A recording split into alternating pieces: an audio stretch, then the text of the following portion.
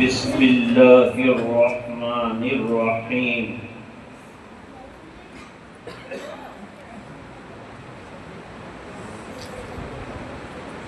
الحمد للہ رب العالمین والعاقبۃ للمتقین والصلاة والسلام على سید الانبیاء والمرسلین محمد وعلى آلہ وصحبہ اجمعین اما بعد اعوذ باللہ من الشیطان الرجیم بسم اللہ الرحمن الرحیم وَنَضَعُ الْمَوَازِينَ الْقِسْطَ لِيَوْمِ الْقِيَامَةِ صدق اللہ العظیم اللہم صل علی سیدنا محمد وعلى آل سيدنا محمد وبارك وسلم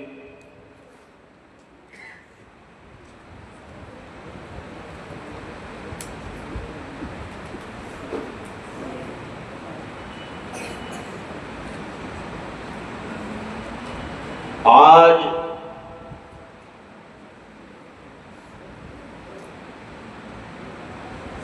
مدرسہ سراج العلوم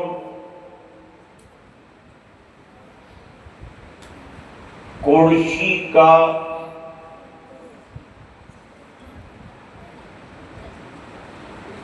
سالانہ اجلاس عام ہے اور ابھی دوپہر سے ختم بخاری برائے طلبہ اور افتتاح جامع البخاری برائے طلبہ و طالبات ہو رہا ہے۔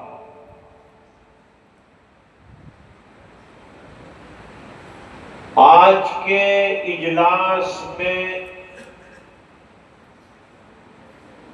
اور اس وقت کے متبرک اجلاس میں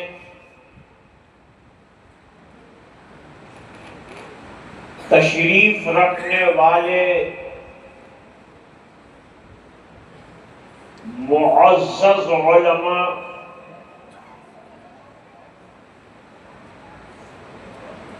حضرت مفتی عبدالعزیز صاحب مد اللہ ظلہ، حضرت مولانا سلیم صاحب صدر باوقار، اور دور دراز سے اس پروگرام کی اہمیت کو ملحوظ رکھ کر تشریف لانے والے جلیل القدر علماء اور حاضرین،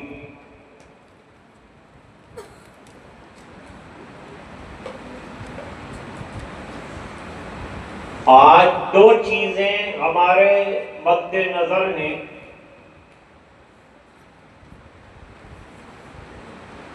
ایک ہے اختتام بخاری شریف اور ایک ہے افتتاح، دونوں ایک ساتھ ہیں۔ کچھ طلبہ آئندہ افتتاح کرنے والے ہیں، ان کو بھی آج ہی شامل کیا گیا ہے، اور 10 طلبہ عزیز بفضلہ تعالی عالمیت سے سرفراز ہو رہے ہیں۔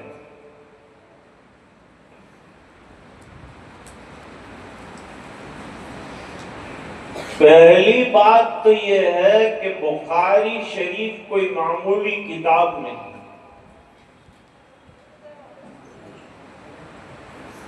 یہ کتاب ہے اصح الکتب بعد کتاب اللہ۔ میری طلبہ اور جو سامنے بچے بیٹھے ہیں ان سے اور مہمانان سے خصوصی اپیل ہے کہ 1 گھنٹے کے لیے موبائل کے بغیر صبر کر لیں اور مجلس کی فضا کو استوار رکھیں۔ یہ بڑی نورانی مجلس ہوتی، دعائیں قبول ہوتی،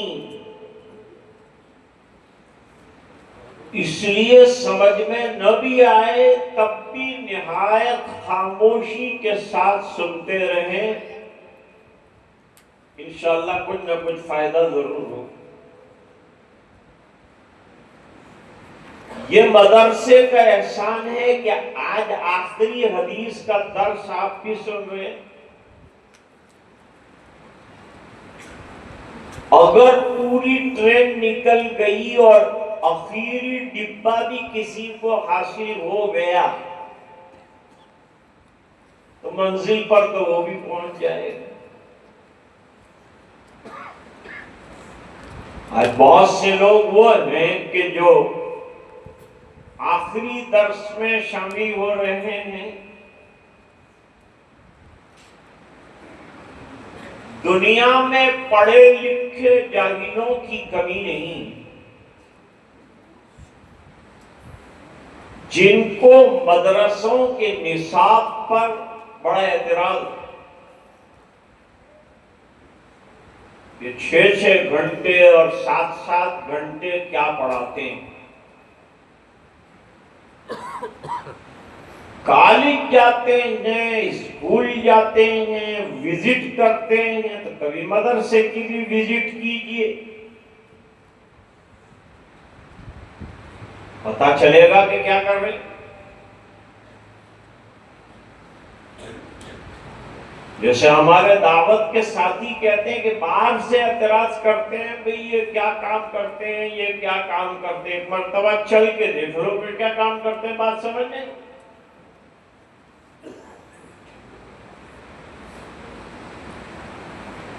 امام بخاری رحمت اللہ علیہ کی کتاب This is a big encyclopedia of ahadith۔ بخاری شریف حدیثوں کا انسائکلوپیڈیا ہے۔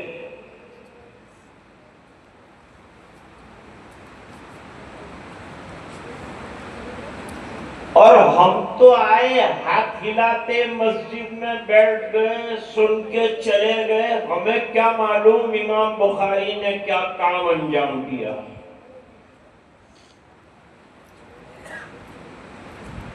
یہ بخاری شریف جس کو 1 سال کے اندر مختلف مشائخ پڑھا رہے ہیں، یہ امام بخاری نے 16 سال میں لکھی۔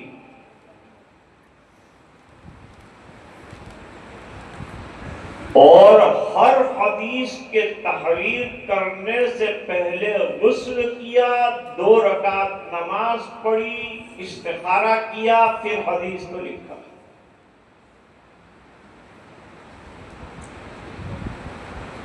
مقبولیت کا عالم یہ ہے کہ درس نظامی میں بہت سی کتابیں آئی گئی، لیکن جن لوگوں نے بخاری نکالنے کے لیے کہا ہو ایسے کم لوگ ہیں، جنہوں نے کہا وہ نکل گئے، بخاری قائم ہے۔ بخاری شریف کے پڑھے بغیر عالمیت استناد کو نہیں پہنچتی۔ ناقص عالم کہہ رہے ہیں. اور آپ جانتے ہیں کہ نیم حکیم خطرہ جان، نیم ملا خطرہ ایمان.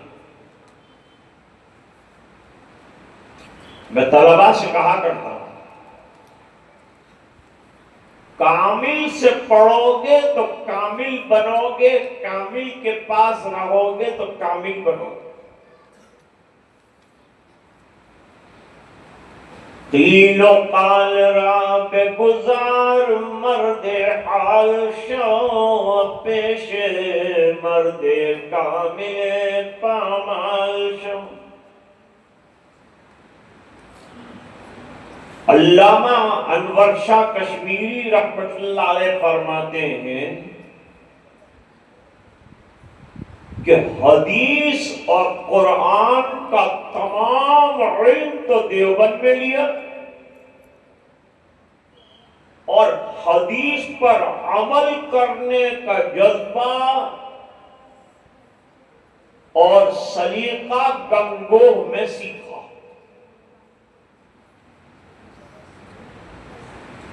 میرے والد صاحب رحمۃ اللہ علیہ نے 55 سال کی تدریس میں 50 مکمل سال بخاری شریف پڑھائی. وہ فرماتے امام بخاری رحمۃ اللہ علیہ کا مقصد بحث و مباحثہ فی الحدیث والفقہ نہیں، بلکہ امام بخاری رحمۃ اللہ علیہ نے ایک معیار قائم کیا ہے، ایک میزان قائم کیا ہے. یہ میزان میں اپنا عمل رکھ کر دیکھو کہ پورا اترتا ہے کہ نہیں. اگر اترتا ہے تو کل قیامت میں تمہارے میزان عمل کو وزنی ہونا.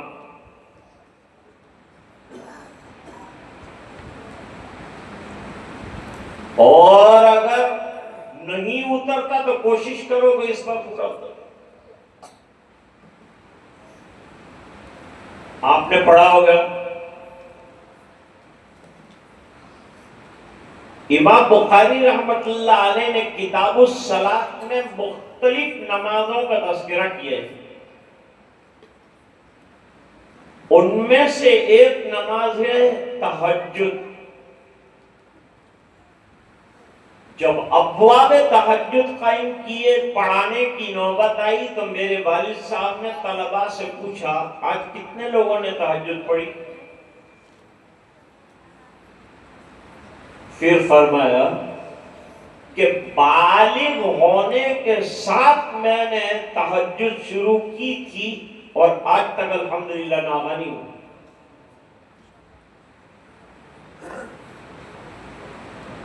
صدر المدرسین اور سابق شیخ الحدیث حضرت مفتی سعید احمد صاحب پالنپوری رحمۃ اللہ علیہ نے فرمایا کہ بخاری کو زندہ دیکھنا ہو تو شیخ اجمیری کو دیکھو. میں نے 8 سال ان کو دیکھا.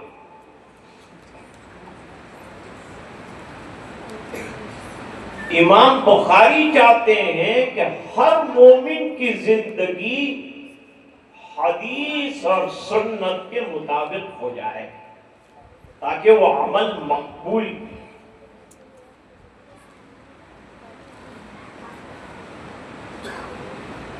حدیث نہ صرف غور سے سننے بلکہ بڑی محنت سے لینے کی چیز ہے.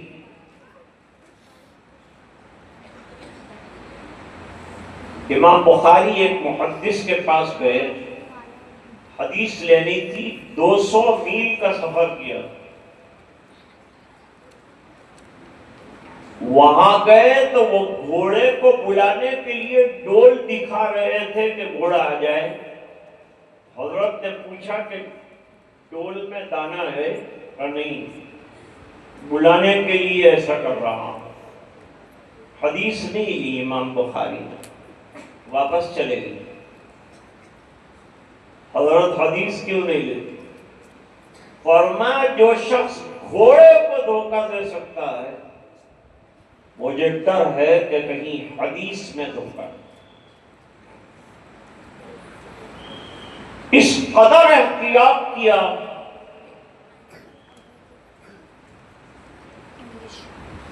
ایک اور بات سناؤں آپ،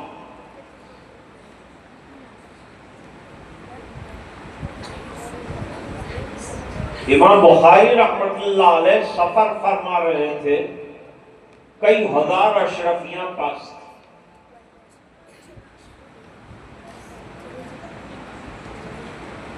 ساتھ میں ایک بظاہر خیر خواہ نظر آنے والا بھی ساتھ ہو گیا، خدمت کرنے لگا، اور اندر ہی اندر اس نے معلوم کر لیا کہ امام صاحب کے پاس کتنے ہزار اشرفیاں ہیں۔ رات کو وہ چلایا اور اس نے کہا میری اتنی ہزار اشرفیاں گم ہو گئی ہیں، میں لے کے چلا تھا۔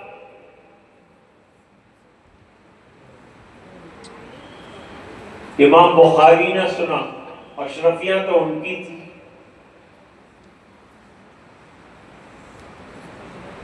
تلاشی ہوئی۔ وہ چور جو تھا اس کو یقین تھا کہ حضرت کے پاس نکل آئے گی، مجھے اتنی اشرفیاں مل جائے گی، نہیں ملی حضرت کے پاس، اشرفیاں نہیں ملی۔ صبح ہوئی، چور آیا حضرت کے پاس، آ کر سوال کیا حضرت وہ اشرفیوں کی تھیلی کہاں گئی؟ فرمایا رات کو ہی میں نے سمندر میں بہا دی۔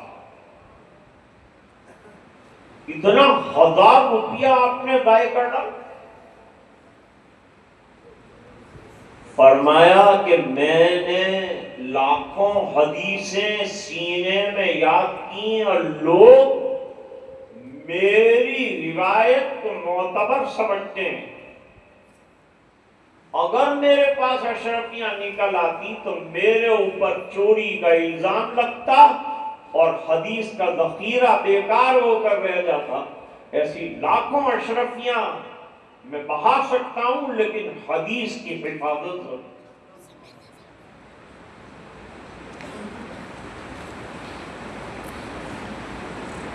حدیث لی بھی گئی ہے بڑے احتیاط کے ساتھ، جیسے قرآن شریف جب لکھنا شروع کیا تو 2 گواہ ہوتے تھے، ان کے ساتھ لکھا جاتا تھا، جو لکھنے والے خود حافظ تھے، جیسے زید ابن ثابت، ابی ابن کعب رضی اللہ تعالیٰ عنہ۔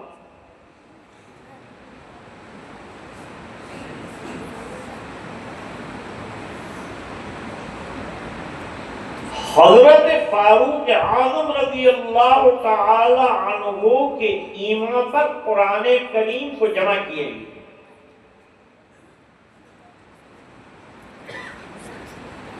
اور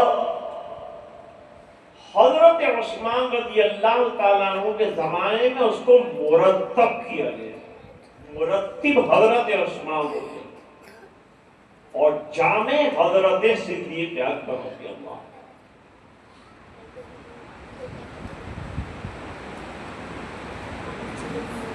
دل میں خیال آیا تھا حضرت عمر کے کہ حدیثوں کو بھی جمع کر لینا چاہیے، اور کیا لیکن غیب سے کوئی اشارہ نہیں پایا، اس بنا پر لکھا نہیں، جمع نہیں۔ فاروق اعظم رضی اللہ تعالیٰ عنہ بڑے مصروف رہتے تھے، امیر المومنین، اور کیا عجیب بات ہے کہ امیر المومنین فی الحدیث حضرت امام البخاری رحمہ اللہ نے پہلی حدیث جو انتخاب کی ہے وہ امیر المومنین حضرت عمر کی حدیث ہے۔ حضرت مولانا عبد الغنی صاحب پھولپوری رحمۃ اللہ علیہ فرماتے تھے اب طلبہ پڑھیں گے پہلی حدیث تو امام بخاری امیر المومنین فی الحدیث، اور جس کی حدیث پڑھیں گے وہ حضرت عبداللہ حضرت عمر رضی اللہ تعالیٰ عنہ کی روایت، یہ بھی امیر المومنین وہ بھی امیر المومنین، دل میں کہیں تعلی نہ پیدا ہو جائے کہ چلو ہم بھی امیر المومنین ہو۔ اس لیے امام بخاری رحمۃ اللہ علیہ نے سب سے اخیر میں حضرت ابو ہریرہ کی حدیث پیش کی اور بتایا کہ علم کی تلاش ہو تو ابو ہریرہ کی طرح غریب الدیار بننا پڑے گا تو علم حاصل۔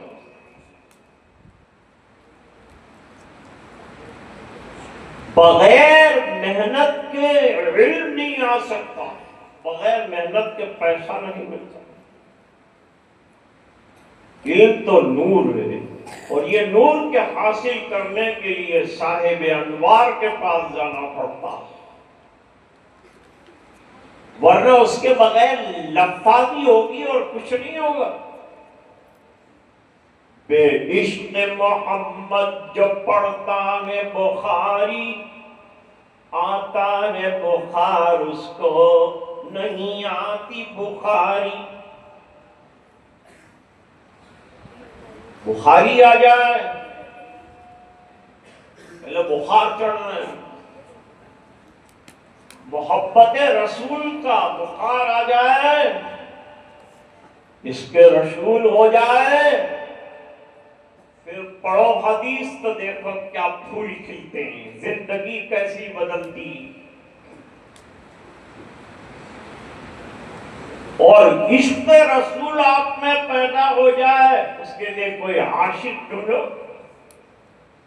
تمہیں عشق سکھا دے۔ مولانا روم فرماتے صد کتاب و صد ورق در نار کن، جان و دل را جانب دلدار کن۔ نیچے اعتراض لکھا ہے کہ کیا کتابیں چھوڑ دیں؟ نہیں، کتاب پڑھو لیکن دل کو اس کے لائق بناؤ کہ اس کے مضامین پر عمل کرنے کا ذوق پیدا ہو۔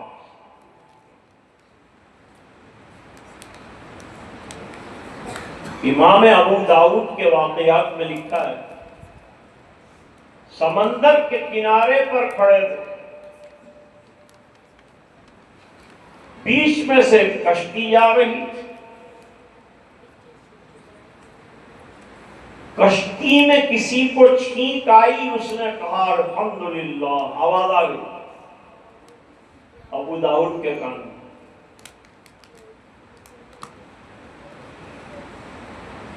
دو درہم کے اوپر کشتی کرائے پر لی اور وہ سامنے والی کشتی کے پاس گئے اور جا کر کہا، جس نے الحمدللہ کہا ہے میں اس کو یرحمک اللہ کہنے کے لیے آیا۔ حدیث پر آؤں گی، کس کے پاس ٹائم ہے؟ غیب سے آواز آئی، جنت کمانے میں کسی کو 70 سال لگتے، کسی کو 80 سال لگتے، کسی کو لاکھوں دراہم لگتے، اور ابو داؤد کو 2 دینار میں جنت ملی۔ ایک جواب پر عمل میں اخلاص چاہیے، اور میں نے کہا اخلاص مخلص کے پاس ملے گا، پڑھانے والا بھی شان کا۔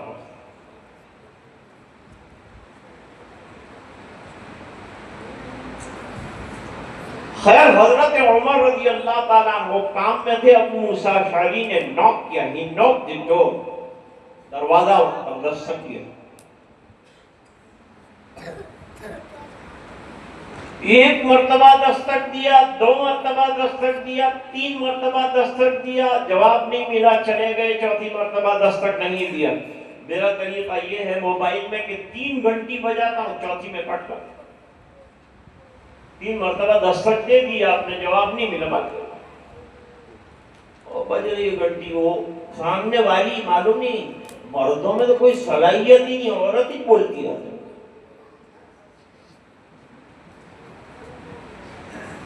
آپ کا جس کو کال جا رہا ہے وہ آپ کا کال نہیں اٹھا رہے ہیں، یہ بھی عورت میں بولنے کی صلاحیت۔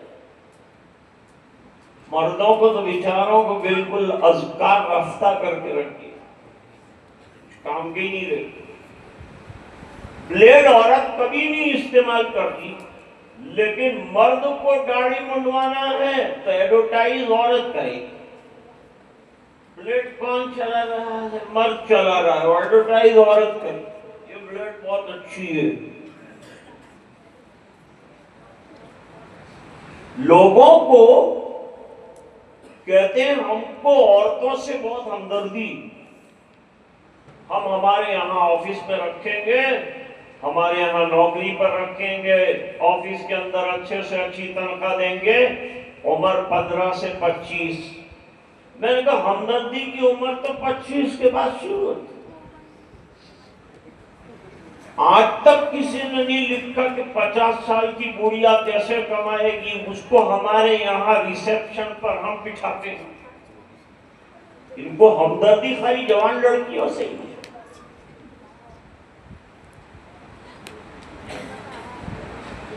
اور لڑکیاں بھی آزاد ہو گئی، ایمان کا ٹھکانہ نہیں، عقیدے کا ٹھکانہ نہیں، اب دکانوں پہ بیٹھی ہیں اور کالج میں بیٹھی ہیں اور جو ہے بینکوں میں بیٹھی ہیں اور اطراف میں سب لڑکے کام کرتے ہیں، تو بھائی آگ ہوگا اور موم ہوگا تو موم کو پگھل نہیں، خرابی کیوں آ رہی ہے؟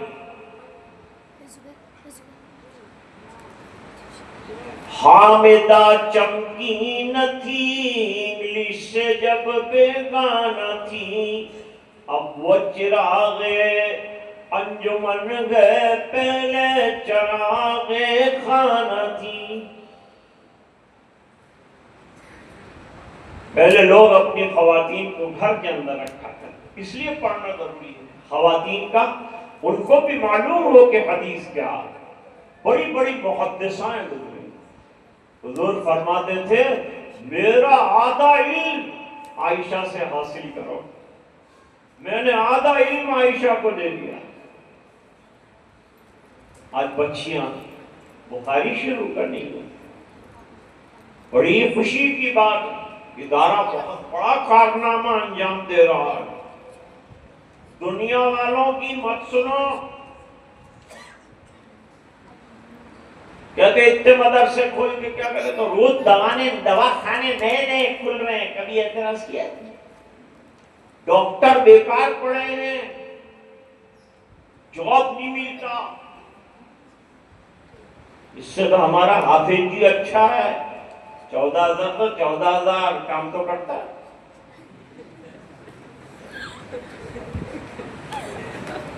ٹرسٹی صاحب نے دعا کرائی، امام صاحب میرا لڑکا گورنمنٹ جاب حاصل کرے، ایسی اس کے پاس ڈگری آ رہی ہے، آج عصر کے بعد دعا کر دی، عصر کے بعد دعا، اللہ ٹرسٹی صاحب کے لڑکے کو بہترین گورنمنٹ جاب عطا فرما، بس اتنی درخواست ہے کہ تنخواہ اتنی ہو جتنی کہ میری۔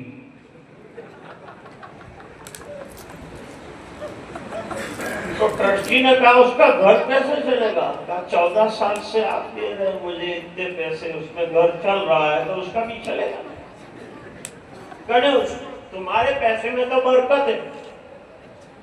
میں نے کہا ٹھیک ہے، ہمارے پیسے میں برکت ہے 14,000 میں، آپ لے لیجئے اور آپ کے بے برکتی والے 1 لاکھ مجھے دے دیجئے۔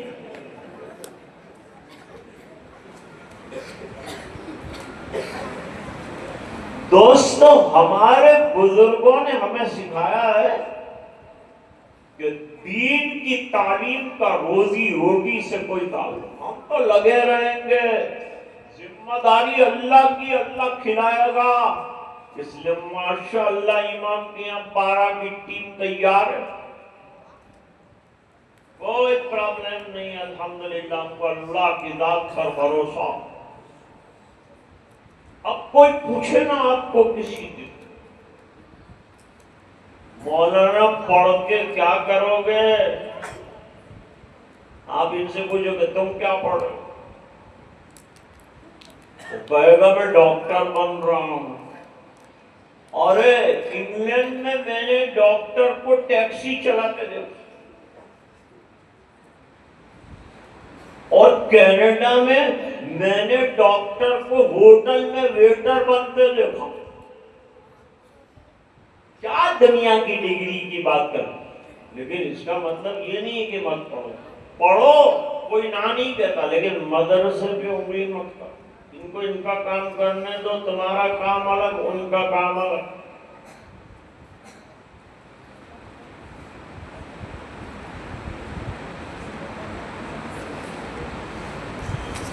بمبئی کا بے وقوف جاوید اختر کیا کہتا، یوں کہتا ہے کہ قرآن شریف میں ڈائناسور کا تذکرہ،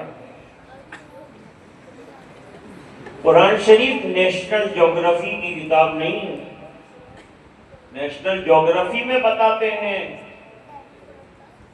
جانور کیا کھاتے ہیں، جانور کیا پیتے ہیں۔ یہاں انڈیا میں لوگوں کے کھانے کے لالے پڑے ہوئے ہیں، اور وہ لومڑی کیا کھاتی ہے اور بلا کیا کھاتا ہے اس کے پیچھے پڑے۔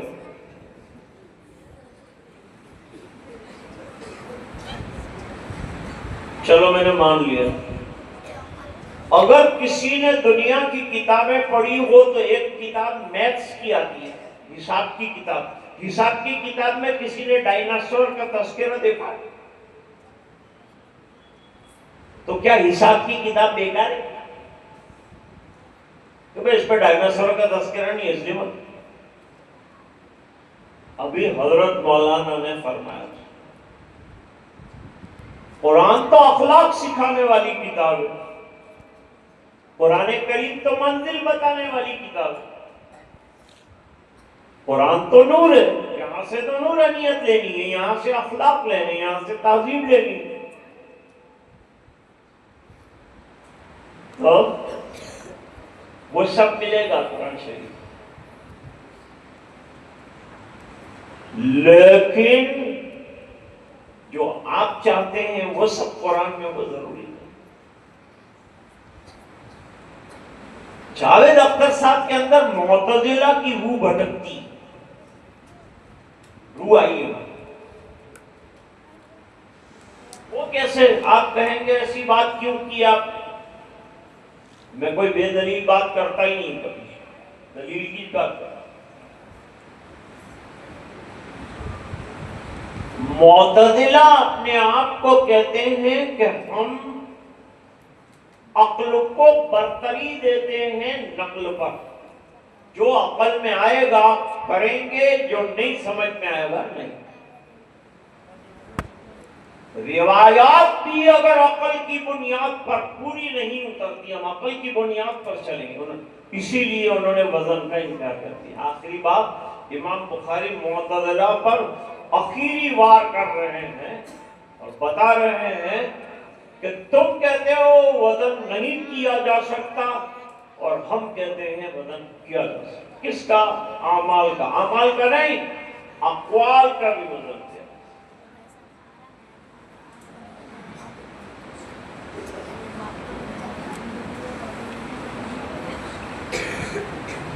اب آپ اگر اخیر تک سنتے رہے تو میری جو بات ہے وہاں تک آپ پہنچ جائیں۔ چلتے چلتے میں آپ کو ایک بات بتانا چاہتا ہوں، لوگ کہتے ہیں قرآن شریف پرانی کتاب ہے۔ آپ سوچتے ہوں کہ قرآن کی بات کیوں چھیڑی؟ جہاں بخاری شریف کا تذکرہ ہوگا وہاں قرآن شریف کا تذکرہ۔ کیوں؟ امام بخاری رحمت اللہ علیہ جب کوئی کتاب شروع کرتے ہیں تو قرآن کی آیت سے شروع اور جو آیت بھی لاتے ہیں وہ امام بخاری رحمت اللہ علیہ کی دوراندیشی اور بصیرت پر دلالت کہ ایک آیت کے ٹکڑے میں پوری کتاب کے مسائل پھیلاتے ہیں اسی آیت کے بعد کیا کہتے ہیں کتاب العلم لائے پہلے ہی آیت لکھی دو آیتیں لکھی انما یخشی اللہ من عبادہ العلماء ایک آیت ہے اور دوسری آیت ہے وَقُلْ رَبِّ زِدْنِي عِلْمًا حضور سے کہا گیا کہ علم مانگو علم کا اضافہ مانگو علم کی کوئی اینڈ نہیں ہے کوئی کنارہ نہیں ہے مت سمجھنا دستار بن گئی تو ہم فارغ ہوتے ہیں فارغ تو آدمی ٹوائلٹ سے ہوتا ہے علم سے کبھی نہیں ہوتا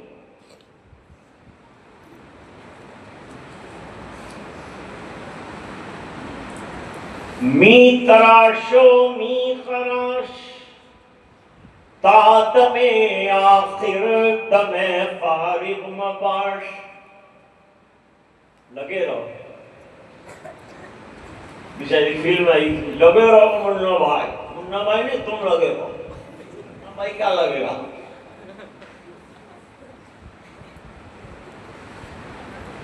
ہم کو علم میں لگے رہنا ہے مت دیکھو ادھر مت دیکھو ادھر مت دیکھو کالج مت دیکھو ڈگری چھوٹی عمر کا مولوی جاوید اختر کو بھاری پڑ گیا ابھی تو بڑے نہیں دیکھے ابھی تو چھوٹا ہے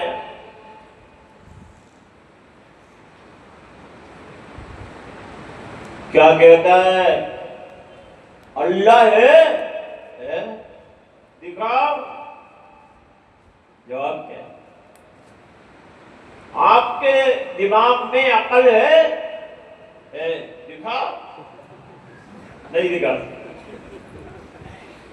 یہ سب جوابات کس کے ہیں سب جواب کوئی بات کے نہیں ہیں قرآن کے جواب قرآن کا مطالعہ کرو پڑھو اب میں ایک مسئلہ حل کرتا ہوں دیکھیے سرکار کو ایک جماعت کہتی ہے اللہ نے علم اولین اور آخرین ایسا دیا کہ اب سرکار کے علم میں کوئی اضافے کی گنجائش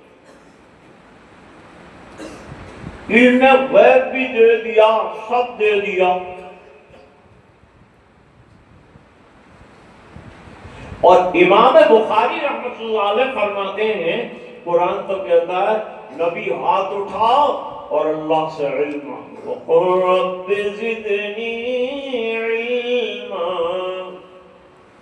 اللہ سے علم مانگو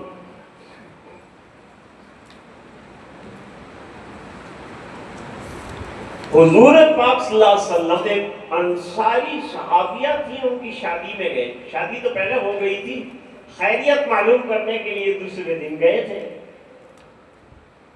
تو وہ دلہن نے حضور پاک صلی اللہ علیہ وسلم کے لیے کھجور کا شربت بنایا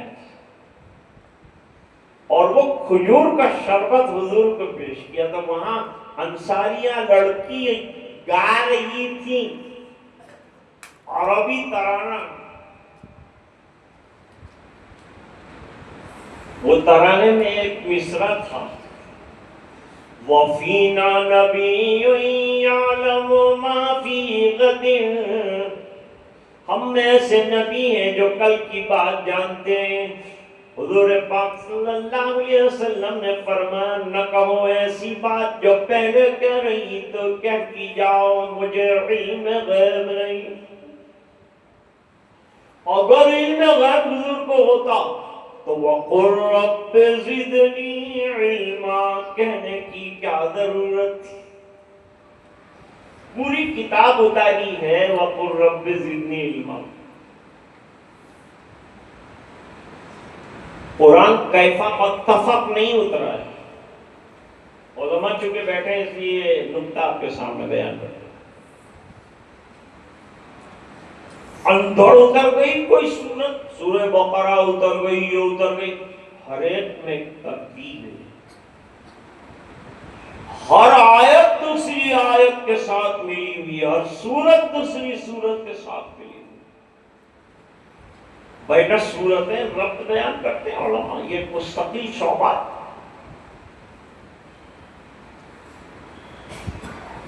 سورہ نساء کے بعد سورہ مائدہ لائے. نساء میں اور مائدہ میں کیا تعلق؟ سورہ نساء یعنی عورتوں والی سورہ، عورت کے مسائل بیان ہیں. دنیا نے سب مسائل لے لیے تھے، حق لے لیے تھے، اسلام نے واپس کیے، وہ سورہ نساء میں بیان ہے. اور نساء کے بعد مائدہ کا کیا تعلق؟ کیا اچھا ربط ہے. مائدہ کس کو کہتے ہیں مولانا؟ مائدہ کہتے ہیں بھرے ہوئے دسترخوان، اور سفرہ کہتے ہیں خالی دسترخوان. سورہ سفرہ نہیں کہا ہے، سورہ مائدہ کہا ہے.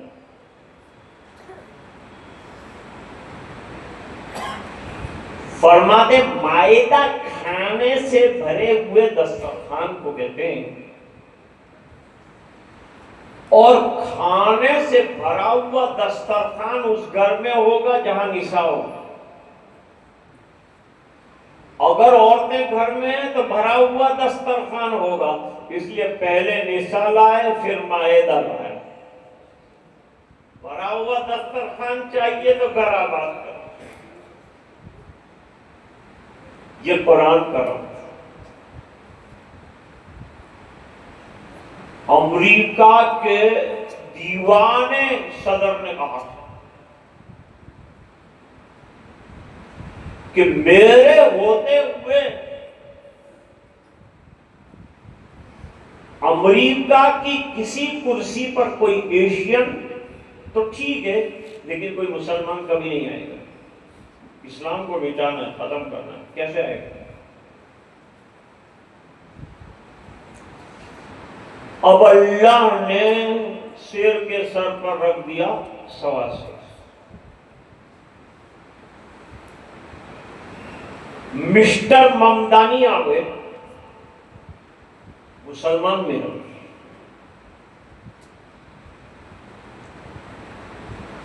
شاعر نے کتنی پہلے کہا تھا، تیری فرعونیت کے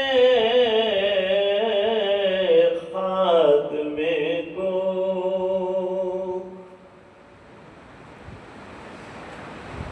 تیری فرعونیت کے خاتمے کو. اور اگلے مصرے پر آپ کی داد چاہوں گا، تیرے ہی گھر میں موسیٰ پل رہا ہے.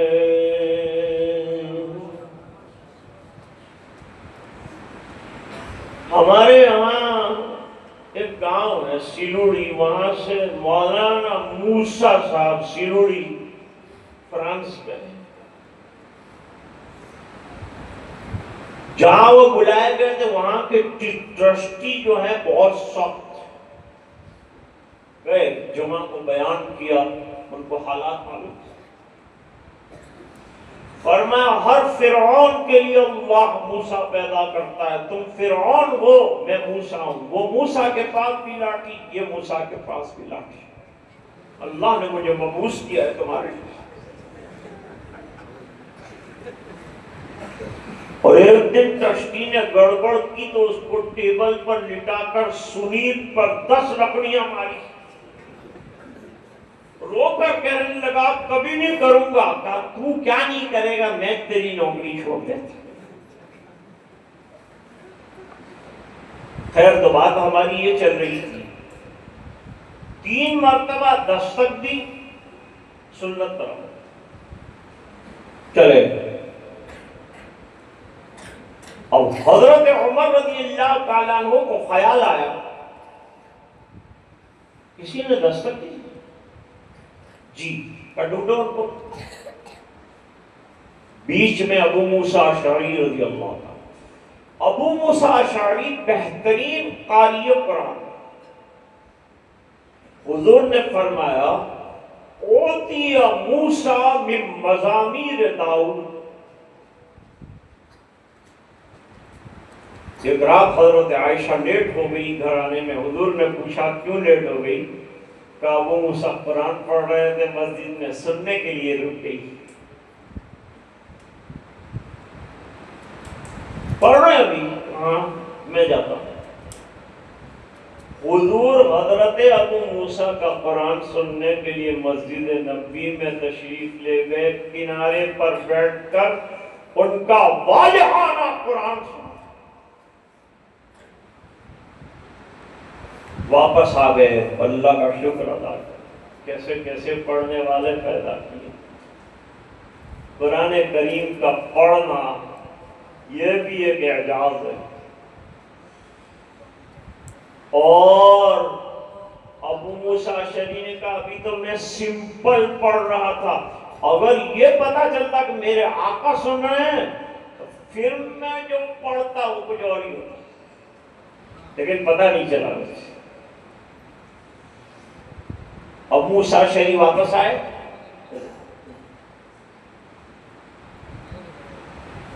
اور واپس آنے کے بعد حضرت عمر نے پوچھا کیوں چلے گئے تھے؟ جواب دیا کہ وہ اصل میں حضور نے فرمایا کہ 3 مرتبہ دستک دو، 4تھی مرتبہ واپس چلے جاؤ، صاحب البیت مصروف ہے۔ چلا۔ اچھا یہ بات جو تم نے کہی ہے اس پر تمہارے پاس کوئی گواہ ہے؟ کیونکہ خطرہ تھا کہ اب لوگ حدیثیں من گھڑت پیش کریں گے۔ حضرت امام ابو یوسف کو 70,000 موضوع حدیثیں یاد، فما ظنک بالصحیح۔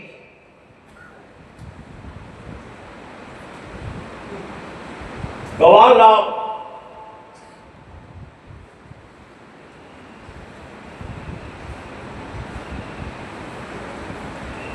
بڑے گھبرائے، حضرت نہ لا سکا تو کہا پھر میرا کوڑا ہے اور آپ کی پشت ہے۔ بھاگے بھاگے گئے، مسجد نبوی میں صحابہ بیٹھے ہوئے تھے، بھائی کوئی میری مدد کرو ورنہ خیر نہیں میری، کوئی ہے یہ حدیث کا سنا ہوا؟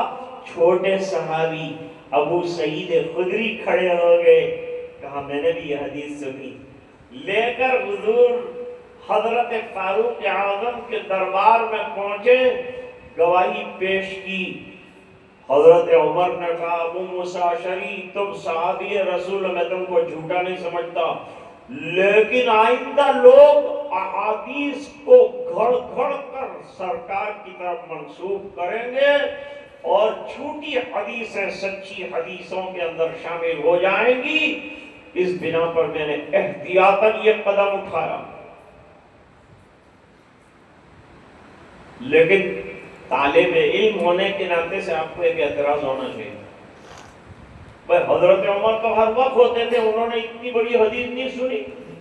بھائی کبھی بڑی حدیث بڑا آدمی نہیں بھی سنتا، کیونکہ حضرت عمر رضی اللہ عنہ ایک دن آتے تھے ایک دن ناغا کرتے تھے، وہ ناغے والے دن میں حضور نے وہ حدیث بیان کی۔ بس لمبی بات نہیں کرتی، افتتاحی اور اختتامی 2 کام ایک ساتھ کرنا ذرا مشکل تو ہوتا ہے۔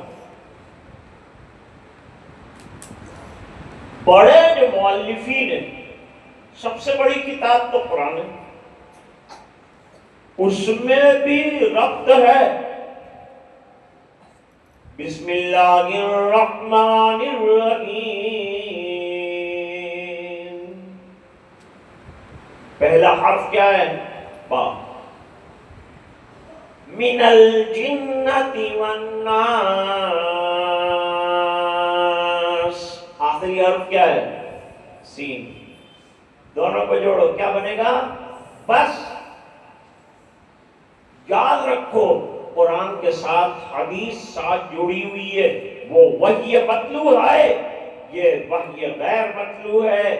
لہذا قرآن اور حدیث کی حفاظت اللہ کی طرف سے ہو رہی ہے. مومن کی زندگی کے لیے دو چیزیں ضروری ہے. یہ قرآن کا رکھنا. بس پر مت ٹھہر جاؤ. یہاں ہر چیز الٹی ہوتی، بس کو الٹا کرو، سب ہو جائے. قرآن سب بھی ہے، قرآن بس بھی ہے. اور سورہ فاتحہ کا سورہ ناس سے کیا جوڑ ہے؟ ایک مستقل موضوع ہے. وہ آج ہے. بڑے مؤلفین حسن ابتدا اور حسن انتہا کا التزام کرتے ہیں. امام بخاری نے بھی ایسا کیا.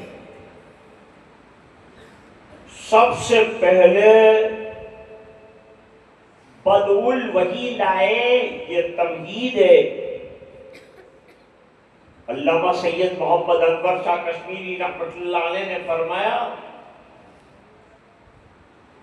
بدء الوحی تمہید ہے. گویا بتانا چاہتے ہیں امام بخاری رحمۃ اللہ علیہ کہ پورے دین کا دار و مدار وحی پر ہے. یہ دین من گھڑت بنیادوں پر نہیں آیا، بلکہ اللہ کی طرف سے اتارا گیا ہے. سرکار کا رچا ہوا نہیں ہے، بلکہ اللہ کا دیا ہوا ہے.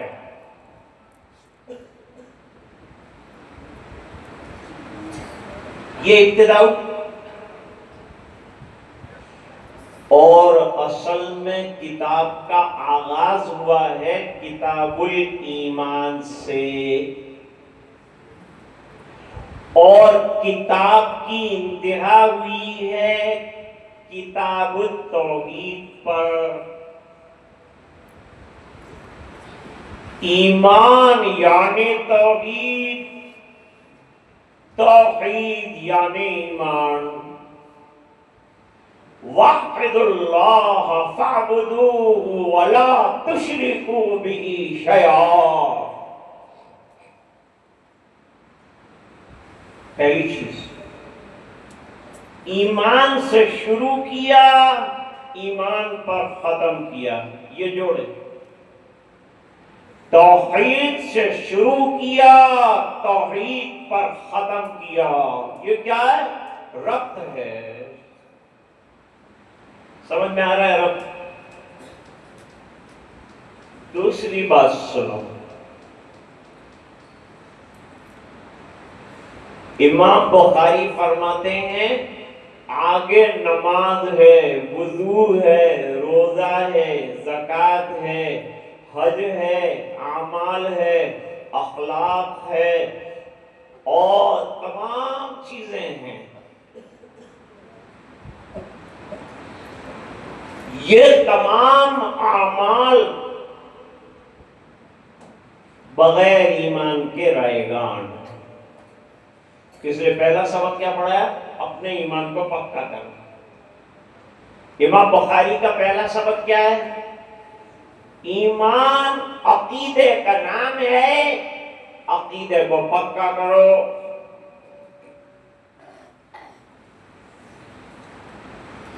اب ذرا غور سے آپ نے ایمان قبول کیا اور اللہ کے احکام پر عمل کیا، لیکن موت سے پہلے ارتداد آ گیا تو جتنے اعمال سب بیکار ہو جائیں گے. تو فرماتے امام بخاری دنیا سے جاتے ہوئے بھی ایمان ضروری ہے، جیسے کہ عمل میں ایمان ضروری ہے.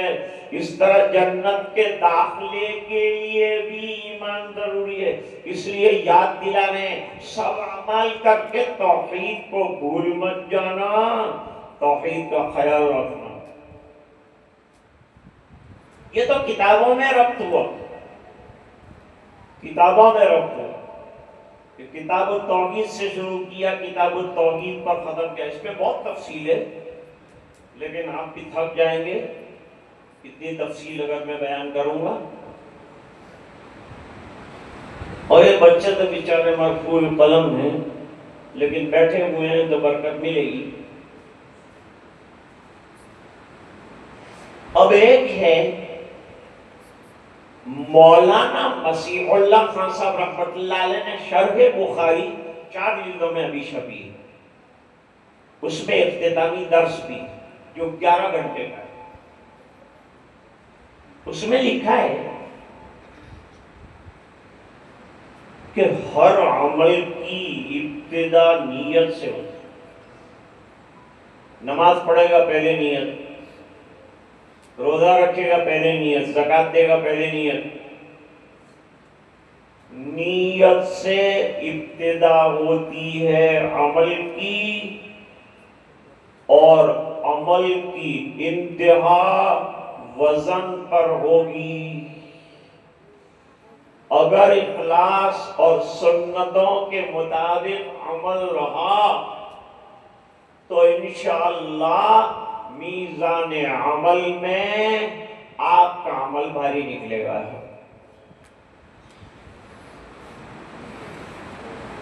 میرے بزرگ دوست تھے، بہت اچھی بات کرتے تھے کہ پورا سال آپ نے کچھ نہیں کیا اور اخیر تک پہنچ گئے. اب کیا ہوگا؟ امام بخاری کا ایک سبق یاد رکھو، ان اعمال بنی آدم، اعمال بنی آدم تو لے جائیں گے، وقولہم، اور ان کی باتیں بھی تو لی جائے گی. موجودہ زمان میں ہر چیز کا وزن ہو سکتا ہے، عمل کا بھی وزن ہو سکتا ہے، اقوال کا بھی وزن ہو سکتا ہے، ہر چیز کا وزن ہو سکتا ہے. دیکھو ایک مقرر آیا، اس نے تقریر کی، اور تقریر کرنے کے بعد آپ نے فیصلہ دیا کہ تقریر بھاری تھی. یہ بھاری ہونے کا جو فیصلہ آپ نے دیا کون سے میزان میں رکھ کر دیا؟ کہو کہ دماغ کے اندر میزان فٹ ہے. پتلے پاپڑ جیسے مولانا نے بیان دیا کہ مولانا بھاری ہے، حالانکہ مولانا بالکل وزن کے اعتبار سے پھر بھی بھاری کام. کہاں سے کہا؟ دماغ کے اندر اسکیل فٹ ہے.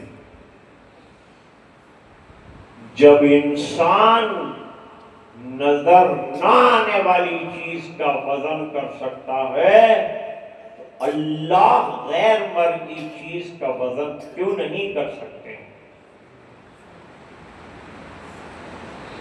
ایک قول یہ ہے کہ صاحب عمل کو تولا جائے گا، دوسرا قول ہے صحیفہ عمل کو تولا جائے گا، اور جمہور کا مسلک ہے عمل کو تولا جائے گا، اور امام بخاری اسی کے قائل ہیں اور جمہور بھی اس کے قائل ہیں. میزان ایک نہیں ہوگی، ہزاروں میزان ہوگی. ایک قول تو یہ موازین، اور دوسرا قول یہ ہے ابن کثیر کا کہ میزان ایک ہے، لیکن وہ ہے اتنی بڑی کہ کروڑوں میزان اس کے ایک پلڑے کے اندر آ جاتے ہیں. اس بنا پر جمع کا صیغہ تفخیما للشان لائے.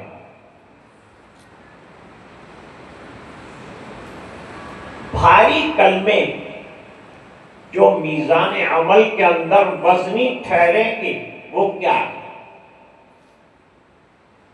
ابو ہریرہ رضی اللہ عنہ کی روایت لائے، کلمتان حبیبتان الی الرحمن، دو کلمے اللہ کے نزدیک بہت پیارے ہیں، خفیفتان علی اللسان، سہل الادا ہیں، ثقیلتان فی المیزان، یہ امام بخاری کا استدلال ہے، میزان کے اندر بھاری۔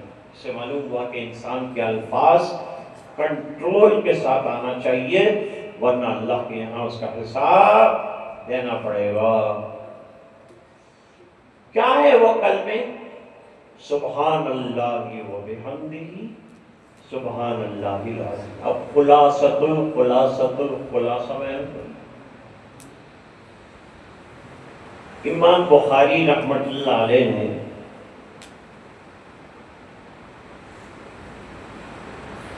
حدیث النیت سے شروع کیا ہے اپنی کتاب کو، اور حدیث التسبیح پہ ختم کر دی۔ یہ دو کے بیچ میں نظام چل رہا ہے، نیت والی حدیث سے شروع کیا، تسبیح والی حدیث پر مکمل کر دیا۔ امام بخاری آپ کو بھی دعوت دے رہے ہیں، تسبیح پڑھتے رہو، ذکر اللہ کرتے رہو، مجلس کے اختتام پر بھی سبحان اللہ و بحمدہ پڑھو، کیونکہ میں نے اپنی مجلس کے اختتام پر سبحان اللہ و بحمدہ لکھا اور زبان سے پڑھا بھی۔ اس طرح تم بھی کثرت سے اللہ کا ذکر کیا کرو اور کثرت سے اللہ تعالیٰ کو یاد کیا کرو، تمہارے اعمال عند اللہ بڑے مقبول ٹھہریں گے۔ مجھے حضرت مولانا سلیم صاحب نے حکم فرمایا کہ میں طلباء عزیز کو اجازت حدیث، عام مطلب میرا دستور نہیں ہے کہ میں حدیث کی اجازت کسی کو دیتا ہوں، لیکن چونکہ حضرت نے فرمایا تو تعمیل ارشاد کے طور پر عرض کرتا ہوں۔ میں نے حدیث مختلف جہات سے پڑھی ہے، جس میں سے ایک سند سے میں آپ کو اجازت دوں گا۔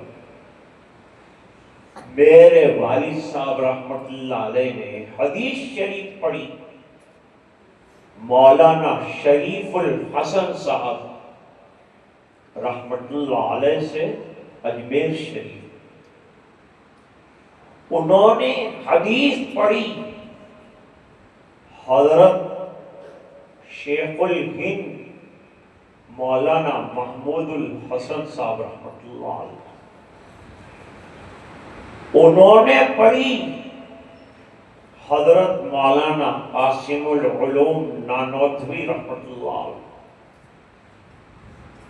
انہوں نے پڑھی شاہ عبد الغنی صاحب مجددی رحمت اللہ علیہ، انہوں نے پڑھی شاہ عبد العزیز صاحب محدث دہلوی، انہوں نے پڑھی شاہ ولی اللہ صاحب محدث دہلوی رحمت اللہ علیہ۔ باقی کی آگے کی سندیں کتابوں کے اندر لگی ہوئی، اسی سند سے میں آپ کو بھی اجازت دیتا ہوں، درخواست کرتا ہوں کہ اللہ تعالی آپ سب کو اجازت دے دی، سب کو اجازت ہے، جہاں علماء بیٹھے ہوئے ہیں۔ ہونا تو یہ چاہیے تھا کہ یہ حضرات مجھے اجازت دے دیں، لیکن حکم فرمایا، یہ سند میں نے حاضر کی ہے۔ انشاءاللہ میں اس سند کا جو چھپا ہوا حصہ ہے وہ آئندہ آپ کی خدمت میں پیش کر دوں گا، تو علماء کو بھی دے دیا جائے اور طلباء اور طالبات کو بھی وہ دیا جائے۔ اللہ تعالیٰ آپ کے پڑھنے پڑھانے کو قبول فرمائے، ادارے کو قبول فرمائے، اور جو حضرات رات دن تعاون کرتے ہیں، توجہ دیتے ہیں، اللہ تعالیٰ ان کو بھی منظور و قبول فرمائے۔ آمین یا رب العالمین۔ وآخر دعوانا ان الحمد للہ رب العالمین۔